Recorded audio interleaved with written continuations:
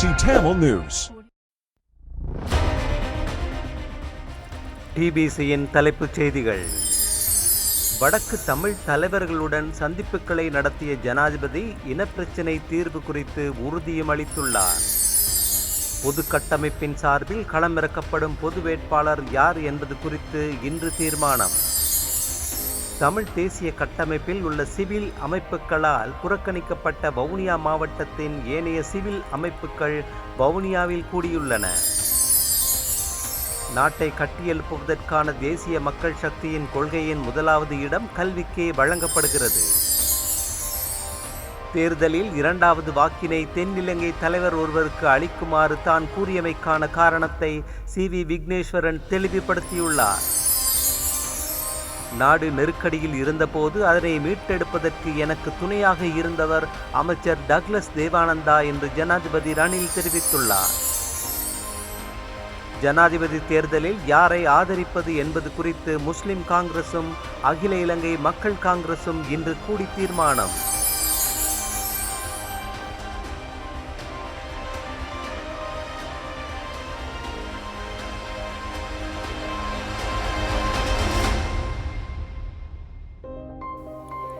வணக்கம்.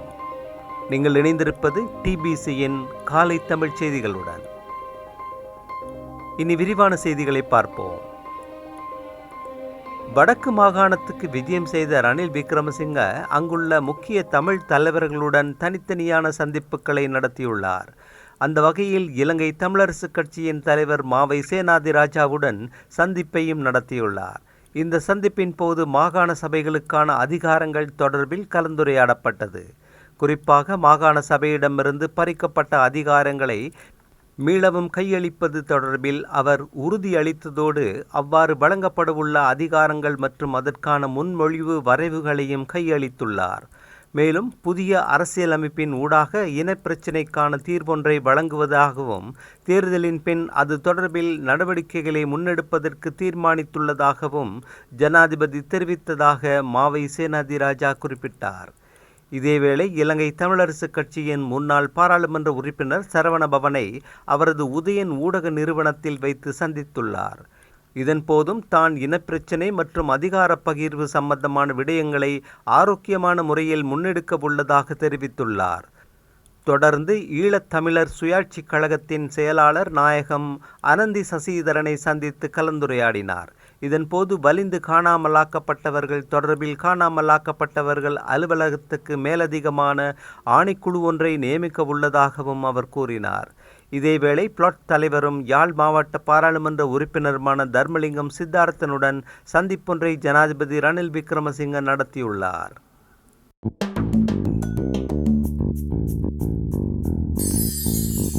ஜனாதிபதி தேர்தலில் தமிழ் தேசிய பொது கட்டமைப்பின் சார்பில் களமிறக்கப்படும் பொது வேட்பாளர் யார் என்பது குறித்து திங்கட்கிழமை வவுனியாவில் தீர்மானிக்கப்பட உள்ளது. பொது வேட்பாளர் பட்டியலில் முன்னாள் பாராளுமன்ற உறுப்பினர்களான சந்திரநேரு சந்திரகாந்தன், அரியநேந்திரன் ஆகியோரும் இலங்கை தமிழரசு கட்சியின் மத்திய குழு உறுப்பினர் ஜனாதிபதி சட்டத்தரணி கே.வி. தவராசா மற்றும் தமிழ் மக்கள் கூட்டணியின் செயலாளர் நாயகமும் பாராளுமன்ற உறுப்பினருமான சி.வி. விக்னேஸ்வரனும் காணப்படுகின்றனர். சிவில் அமைப்புகளின் ஒருங்கிணைவு என்ற அடிப்படையில் ஸ்தாபிக்கப்பட்ட தமிழ் மக்கள் பொதுச்சபையின் 7 பிரதிநிதிகளும் அரசியல் கட்சிகள் 7 பிரதிநிதிகளும் கூட்டிணைந்து தமிழ் தேசிய பொது கட்டமைப்பை ஸ்தாபித்திருந்தனர். இந்த பொது கட்டமைப்பானது ஜனாதிபதி தேர்தலில் பொது வேட்பாளரை நிறுத்துவதற்காக பல்வேறுபட்ட சந்திப்புகளை நடத்தியிருந்தது. முன்னதாக அரசியல் கட்சிகள் சாராதவராகவும் கிழக்கு மாகாணத்தைச் சேர்ந்த ஒரு பெண்ணாகவும் வேட்பாளர் இருக்க வேண்டும் என்ற அடிப்படையில் தேடல்கள் இடம்பெற்றன. கிழக்கு மாகாணத்தைச் சேர்ந்த அரசியல் சார்பற்ற ஆணாக இருந்தாலும் போதுமானது என்ற அடிப்படையில் தேடப்பட்ட போது பொருத்தமானவர்களை அடையாளம் காண முடிந்திருக்கவில்லை. அதனை அடுத்து வடக்கிலிருந்து அரசியல் சாராத ஒருவரை களமிறக்குவதற்கு முயற்சிக்கப்பட்ட போதும் அதுவும் பலனளிக்கவில்லை. அதனை அடுத்து தமிழ் தேசிய பொதுக்கட்டமைப்பில் அங்கம் வகிக்கும் சிவில் அமைப்பினர் பிரதிநிதிகளை கோரிய போது அவர்களும் பின்னடித்தனர். இதற்கிடையில் பொது வேட்பாளர் களமிறக்கப்படும் கட்சி மற்றும் சின்னம் சம்பந்தமாகவும் இணக்கப்பாடற்ற நிலைமைகள் உருவெடுத்தன. இந்நிலையில் முன்னாள் பாராளுமன்ற உறுப்பினரை களமிறக்குவதாக இருந்தால் கட்சிகளில் தங்கியிருக்க தேவையில்லை என்ற நிலைமை உருவானது. இவ்வாறான பின்னணியில்தான் 4 அரசியல் பிரமுகர்களின் பெயர்கள் அடங்கிய பட்டியல் இறுதி செய்யப்பட்டுள்ளதாக அறிய முடிகிறது.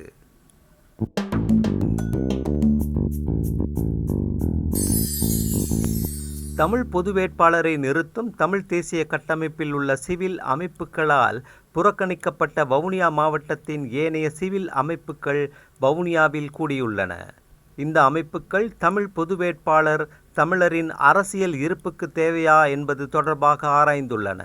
வவுனியா பொது அமைப்புகள், சிவில் அமைப்புகள் மற்றும் பொதுமக்களுடனான கலந்துரையாடல் வவுனியாவில் உள்ள பாடி வீட்டில் இடம்பெற்றது. வவுனியா பொது அமைப்புகள் மற்றும் சிவில் அமைப்புகளின் ஏற்பாட்டிலான இந்த கலந்துரையாடலின் பின்னர் வவுனியா பொது அமைப்புகள் மற்றும் சிவில் அமைப்புகளின் பிரதிநிதிகள் ஊடகங்களுக்கு பின்வருமாறு தெரிவித்தனர். பொது வேட்பாளர் தொடர்பாக ஏற்படுத்தப்பட்ட கட்டமைப்பானது வவுனியாவில் உள்ள பொது அமைப்புகள் மற்றும் சிவில் சமூக ஆர்வலர்களையும் அழைத்து அதன் ஊடாக ஒரு பொது வேட்பாளர் தொடர்பாக அவர்கள் மேற்கொண்ட தீர்மானங்கள் மற்றும் எண்ணக்கருக்கள் தொடர்பாக கலந்துரையாடலினை மேற்கொண்டு எமக்கு தெளிவுபடுத்தினால் நாங்கள் பொது வேட்பாளர் தொடர்பாக அடுத்த கட்ட நகர்வினை நோக்கி நகர்வதாக தீர்மானம் எடுத்துள்ளோம் என்று அவர்கள் குறிப்பிட்டுள்ளனர்.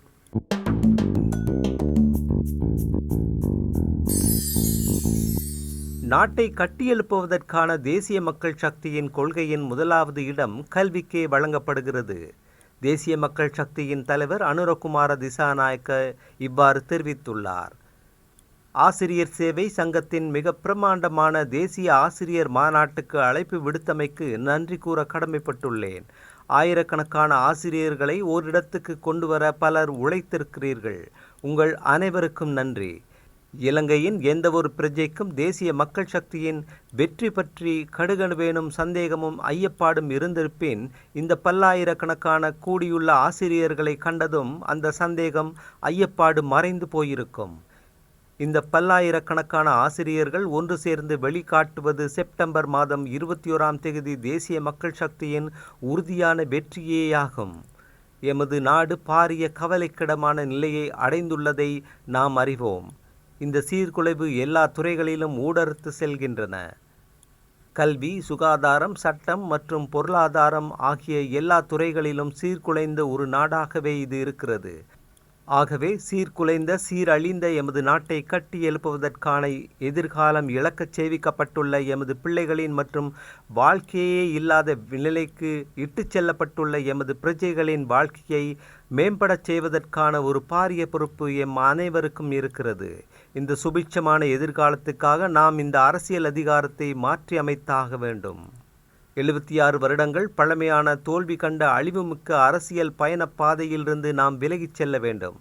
இந்த நாட்டை கட்டி எழுப்புவதற்கும் முன்னேற்றுவதற்குமான ஆரம்ப புள்ளி அதுதான். நாங்கள் பல விடயங்களை பற்றி பேசலாம். தோன்றியுள்ள நிலைமைகள் பற்றி குற்றச்சாட்டுகளை முன்வைக்கலாம். அவை பற்றிய விமர்சனங்களை முன்வைக்கலாம். ஏற்பட்டுள்ள நிலைமைகள் பற்றி விரக்தி அடைந்திருக்கலாம். ஆனால் எந்த இடத்தில் இருந்தாலும் இந்த மாற்றத்தை ஏற்படுத்துவதை பற்றி ஒரு முடிவினை நாங்கள் எடுப்பதானால் அதனை சாதிக்க முடிவது பொதுமக்களின் இயக்கம் ஒன்றின் கைகளுக்கு, அதாவது தேசிய மக்கள் சக்தியின் கைகளுக்கு அதிகாரத்தை மாற்றிக்கொள்வதன் மூலமாக மாத்திரமே ஆகும். இந்த அதிகாரத்தை பரிமாற்றிக் கொள்ளாமல், இந்த அரசியல் மாற்றத்தை ஏற்படுத்தி கொள்ளாமல், இந்த பழைய தோல்வி கண்ட அரசியல் அதிகாரத்துவத்தை விரட்டி அடிக்காமல் எங்களுடைய நாட்டை இம்மியளவும் முன்னோக்கி நகர்த்த முடியாது. எனவே நாங்கள் செப்டம்பர் 21ஆம் தேதி அதற்கான தொடக்கத்தையும் ஆரம்பித்து வைக்க வேண்டும். எனவே பல்லாயிரக்கணக்கான ஆசிரிய பெருந்தகைகள் அந்த வெற்றியை பெற்றுக் கொடுப்பார்கள் என்று தீவிரமாக நம்புகிறேன் என அனுரா தெரிவித்துள்ளார். எதிர்வரும் ஜனாதிபதி தேர்தலில் 2வது வாக்கினை தென்னிலங்கை தலைவர் ஒருவருக்கு அளிக்குமாறு தான் கூறியமைக்கான காரணத்தை தமிழ் மக்கள் கூட்டணியின் செயலாளர் நாயகமும் யாழ் மாவட்ட பாராளுமன்ற உறுப்பினருமான சி.வி. விக்னேஸ்வரன் தெளிவுபடுத்தியுள்ளார். ஜனாதிபதி தேர்தலில் தமிழ் பொது வேட்பாளர் ஒருவர் நிறுத்தப்படுவது அவசியமாகும். அதன் மூலமாக தமிழ் மக்களின் அபிலாஷைகள் உள்நாட்டுக்கும் சர்வதேசத்துக்கும் வெளிப்படுத்த வேண்டியுள்ளது. விசேடமாக தமிழ் மக்களின் நியாயமான கோரிக்கைகளை தென்னிலங்கை தலைவர் நிறைவேற்றவில்லை என்ற விடயம் வெளிப்படுத்தப்பட வேண்டியதாகும் என்றும் அவர் குறிப்பிட்டார். இரண்டாவது வாக்கினை தென்னிலங்கை வேட்பாளர் ஒருவருக்கு போடுமாறு ஏன் கோரினேன் என்ற கருத்தினை உள்ளார்த்தத்தினை புரிந்து கொள்ள வேண்டும். அதில் முக்கியமான விடயம் பொதுமக்களின் ஜனநாயக விருப்பத்தினை வெளிப்படுத்துவதை நாம் தடுக்க முடியாது. பொதுமகன் ஒருவன் தனது விருப்பத்துக்கு ஏற்றவாறு சிந்தித்து தெரிவினை மேற்கொள்ள வேண்டும். அதற்கு தடையாக இருக்க முடியாது என்றும் அவர் கூறினார். அதே நேரம் தமிழ் பொது வேட்பாளர் என்பதற்கு அப்பால் தென்னிலங்கை வேட்பாளர் தான் எவ்வாறோ ஆட்சியில் அமரப்போகின்றார். ஆகவே தமிழ் பொது வேட்பாளரையும் கூடவே தென்னிலங்கை வேட்பாளர் ஒருவரையும் நிறுத்துவதன் மூலமாக அவர்களின் ஜனநாயக உரிமையை உறுதிப்படுத்த முடியும் என்றும் அவர் சுட்டிக்காட்டினார். நாடு பொருளாதார ரீதியாகவும் அரசியல் ரீதியாகவும் நெருக்கடியில் இருந்தபோது அதனை மீட்டெடுப்பதற்கான பொறுப்பினை நான் பெற்ற தருணத்தில் எனக்கு துணையாக இருந்தவர் அமைச்சர் டக்ளஸ் தேவானந்தா என்று ஜனாதிபதி ரணில் விக்ரமசிங்க தெரிவித்துள்ளார். ஈழ மக்கள் ஜனநாயக கட்சியின் யாழ் அலுவலகத்துக்கு நேரடியாக விஜயம் மேற்கொண்ட ஜனாதிபதி ரணில் விக்ரமசிங்க கட்சியின் மாவட்ட தொகுதி அமைப்பாளர்களுடன் உரையாடினார். இதன்போது அமைச்சர் டக்ளஸ் தேவானந்தா ஜனாதிபதி ரணில் விக்ரமசிங்காவை தனது அலுவலகத்துக்கு வரவேற்று கருத்துக்களை வெளியிட்டார்.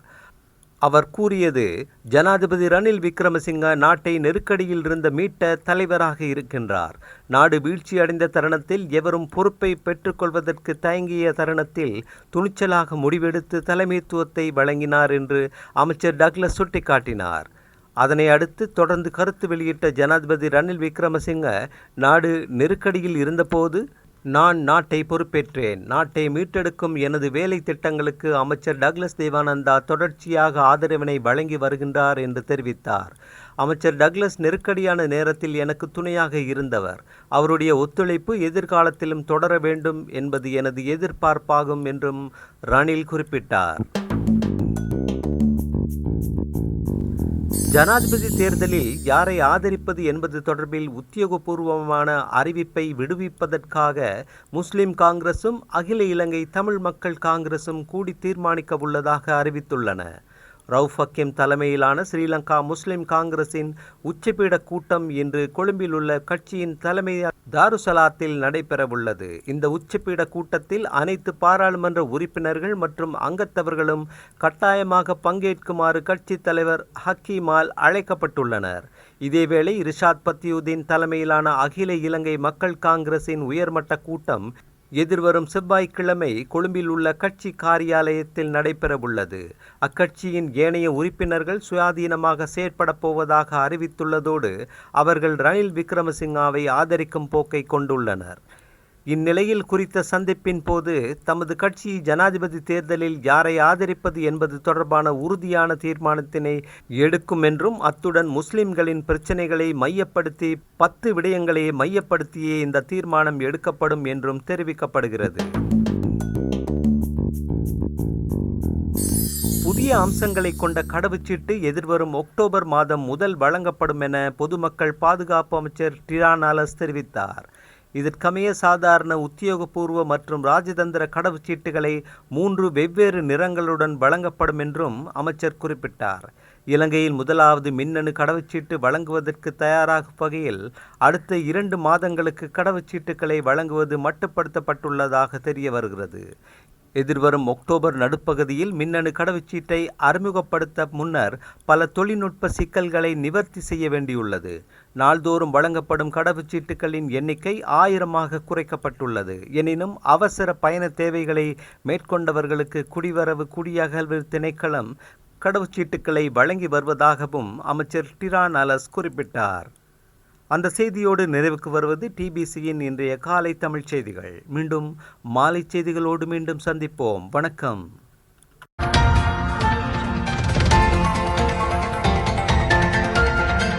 TBC Tamil News.